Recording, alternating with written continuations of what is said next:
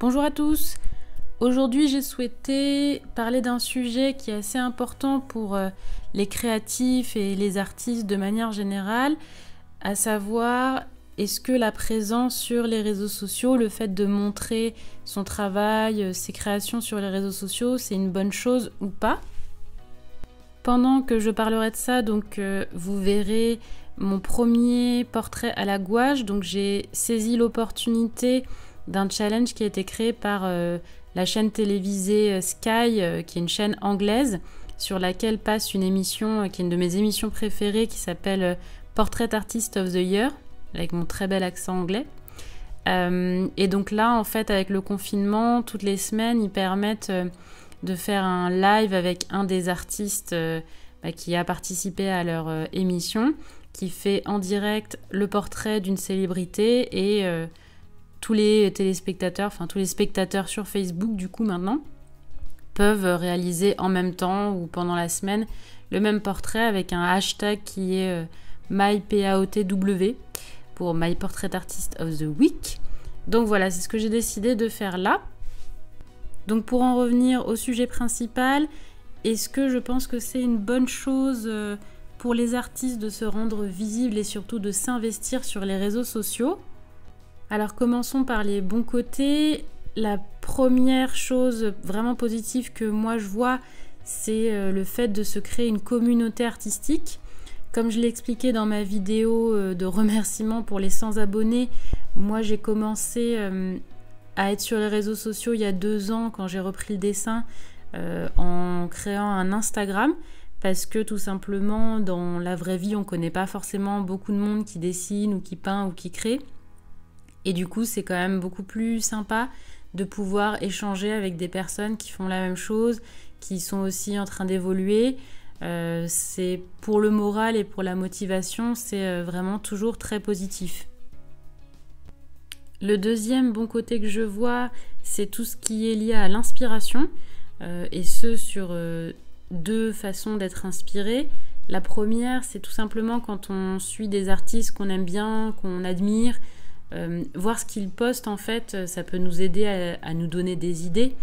Quand nous-mêmes, on ne sait pas forcément quoi dessiner, on est un peu perdu, voilà, on n'a pas trop d'idées de sujets. Si on voit des choses qui nous parlent en termes de couleurs, en termes de sujets, en termes de médiums utilisés, ça peut nous donner envie de tester, de se dire bah tiens, moi aussi j'ai envie de faire ça, tiens ça j'aime bien, j'ai envie de creuser un peu le sujet. Et voilà, ça peut aussi donc nous faire relancer en fait notre propre créativité en se nourrissant en fait de celle des autres. Et la deuxième façon d'être inspiré, c'est plus en termes de motivation peut-être et d'objectifs long terme. Par exemple, voilà, si on suit des artistes qu'on admire vraiment et on trouve leur niveau absolument génial, ça peut aussi nous donner envie de nous dire bah voilà, j'aimerais un jour avoir ce niveau-là, j'aimerais pouvoir réaliser des choses aussi belles, aussi complexes, et ça peut donc nous motiver à travailler plus, à travailler mieux et à vraiment continuer d'apprendre, à garder un peu le fuel et le carburant pour continuer d'apprendre, pour avoir du coup un objectif assez concret, puisque visuellement on sait ce qu'on aimerait savoir faire grâce à ces artistes-là qui sont plus expérimentés que nous. Le troisième bon côté, ça reste aussi dans le domaine de la motivation, c'est tout ce qui est le fait de participer à des challenges. Donc sur les réseaux sociaux, vous en avez plein, hein. Vous avez le Inktober, vous avez des challenges pour dessiner sans visage, vous avez Mermaids, qui est le fait de dessiner des sirènes tout le mois de mai. Enfin voilà, il y en a plein, et puis même là, ce que vous voyez, je suis en train de faire un challenge sur les réseaux sociaux. Donc non seulement c'est hyper motivant parce que ça nous donne un peu tout simplement des idées de dessin quand on ne sait pas quoi dessiner, mais ça nous permet aussi de nous améliorer. Donc c'est vrai que par exemple là j'ai fait un portrait, j'en avais jamais fait à la gouache, et du coup ça m'a permis d'apprendre un peu le portrait.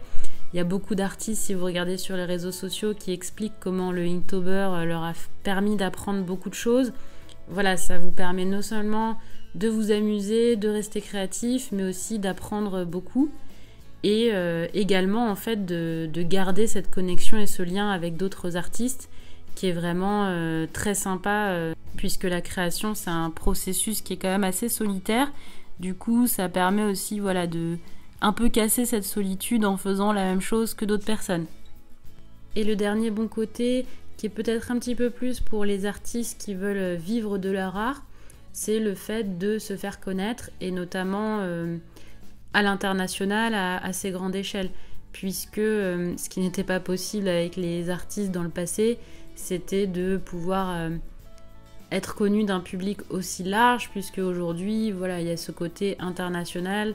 Quand on poste sur Instagram ou sur YouTube ou sur Facebook, on peut échanger avec des personnes du monde entier, et ça permet du coup d'avoir plus de chances d'avoir un public qui va être réceptif, puisque statistiquement, tout simplement, plus on va atteindre de personnes, plus il y a de chances que certains soient vraiment intéressés par le travail et le style artistique qu'on a. Donc ça, c'était les bons côtés. Maintenant, pour les côtés un peu moins positifs, donc le premier, je dirais qu'on peut l'appeler trop d'inspiration tue l'inspiration, parce que je sais pas vous, mais c'est vrai que moi, quand je passe beaucoup de temps sur les réseaux sociaux ou que je regarde un peu trop d'art, et il y a un moment, en fait, je vais me sentir un peu saturée d'informations visuelles, je vais en voir partout, et du coup, je vais un peu perdre le fil de ce que j'ai envie de faire moi, de mon propre cheminement artistique, des sujets qui m'intéressent, du style que je veux avoir. Voilà, je trouve qu'il y a quand même un risque que ça puisse créer une confusion et qu'on perde un peu l'essence de ce qu'on aime faire. Moi, ça m'arrive assez régulièrement, hein. Je le vois quand je passe trop de temps sur les réseaux sociaux. Il y a un moment, je m'y perds complètement et j'ai vraiment besoin de faire un break, parce que je sens en fait que je perds un peu mes goûts et mon identité, et que plus je vais passer de temps sur les réseaux sociaux, moins ce que je vais faire, bizarrement, me plaît. Et l'autre conséquence de ça, c'est que on perd notre style au profit de style de d'autres personnes. Pour vous expliquer, il y a une vidéo d'Ectomorph qui parle très bien de ça, où elle explique que elle s'est rendue compte qu'à force de voir sur les réseaux sociaux des œuvres d'autres artistes, sans qu'elle s'en rende compte, son travail a fini par ressembler au travail des artistes qu'elle suivait ou qu'elle aimait bien, de manière plus ou moins inconsciente d'ailleurs, et du coup elle a un peu perdu de vue son originalité, parce que il y a vraiment beaucoup d'informations visuelles, beaucoup de sources d'inspiration, et parfois ça peut un peu nous influencer dans le mauvais sens du terme. Le deuxième côté contre, pour moi, c'est vraiment un aspect qui est lié aux algorithmes et leur influence sur notre confiance en soi. Je m'explique. Je ne sais pas si vous avez été sur les réseaux sociaux depuis longtemps, que ce soit sur YouTube ou sur Instagram notamment, mais c'est vrai qu'on voit un pattern en fait, que les artistes qui étaient sur les réseaux depuis longtemps ont pu faire grandir leur communauté beaucoup plus rapidement qu'aujourd'hui. Et aujourd'hui, quand on poste en fait sur les réseaux sociaux, moi je le vois même, j'y suis depuis 2018 notamment sur Instagram, et je vois que mes posts vont atteindre beaucoup moins de personnes. Et c'est là où ça peut être un peu dévastateur, puisque on peut se demander en fait pourquoi du jour au lendemain les gens aiment moins ce qu'on réalise, pourquoi il y a peu de personnes qui nous suivent, pourquoi même les personnes qui nous suivent, on a l'impression qu'elles ne s'intéressent plus à ce qu'on fait. En fait, souvent, c'est pas du tout ça, c'est juste les algorithmes en fait qui mettent plus du tout en avant notre travail. Moi, notamment sur Instagram, j'ai créé un compte business qui vous permet de suivre les statistiques de vos posts, et je vois que simplement de manière plus ou moins random, certaines de mes œuvres vont être beaucoup plus mises en avant que d'autres. Et du coup, on peut se retrouver avec des situations un petit peu déstabilisantes où des choses qu'on a vraiment adoré faire et dont on est assez fier vont atteindre très peu de personnes, alors que d'autres dont on est un peu moins fier et qu'on aime un peu moins vont en atteindre beaucoup plus. Du coup, on peut très facilement se remettre en question et se dire est-ce que ce que j'ai aimé faire finalement c'était nul ? Est-ce que ce que j'ai pas aimé faire, est-ce qu'il faut que j'en fasse plus parce que c'est ce qu'aiment les gens ? Et en fait, je pense que c'est vraiment une erreur mais qui est totalement inconsciente de penser comme ça, puisque c'est souvent juste les algorithmes qui mettent en avant des éléments plus que d'autres. Et ça, je m'en suis rendu compte en jouant un petit peu avec les algorithmes sur Instagram. Et je me suis très vite rendu compte que quand est-ce que mes posts étaient les plus vus ou plus likés, c'est pas quand ils sont les plus jolis ou quoi, c'est plutôt lié au moment où je vais être beaucoup plus active, où je vais réaliser plus de stories, où je vais être plus régulière quand je poste des images, ou quand je vais liker et commenter les œuvres d'autres artistes. Voilà, ça va être vraiment ça qui va bizarrement déterminer, entre guillemets, la popularité de ce que je poste.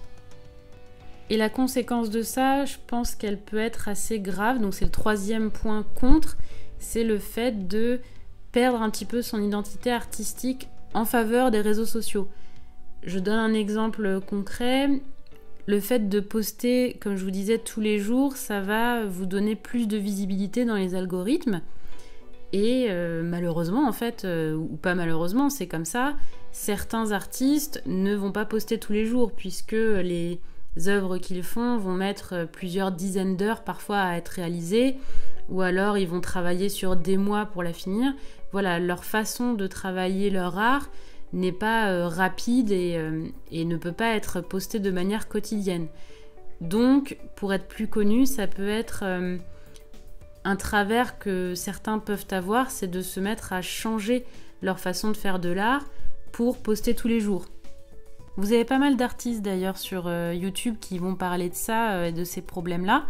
Et ça, c'est vraiment quelque chose auquel il faut faire très très attention et le réfléchir en permanence, puisque c'est ce qu'on pourra avoir tendance à faire sans même trop s'en rendre compte. Moi, je suis tombée dans ce travers-là. Je pense que plein de monde tombe dans ce travers sans du tout s'en rendre compte et se mettre un petit peu du coup en burn-out artistique. Donc en conclusion, je pense que les réseaux sociaux sont quand même une bonne chose pour les artistes, puisque ça permet à de nombreux d'entre eux d'être connus et peut-être même de vivre de leur art, là où ça n'aurait peut-être pas été possible autrement. Mais je pense juste qu'il faut vraiment faire très attention à faire en sorte que ça ne prenne pas le pas sur notre identité artistique, sur ce qu'on aime, sur ce qu'on aime moins, et surtout sur notre confiance en soi. Ça peut être assez compliqué à gérer psychologiquement si on ne trouve pas le bon équilibre avec les réseaux sociaux. Voilà, j'espère que ce sujet vous a intéressé. Dites-moi dans les commentaires si vous êtes d'accord ou pas. Je pense que c'est un sujet très large et qu'on peut encore en parler pendant des heures et des heures. N'hésitez pas aussi à vous abonner si ce type de sujet vous aimeriez en suivre plus. Et je vous dis à la prochaine vidéo.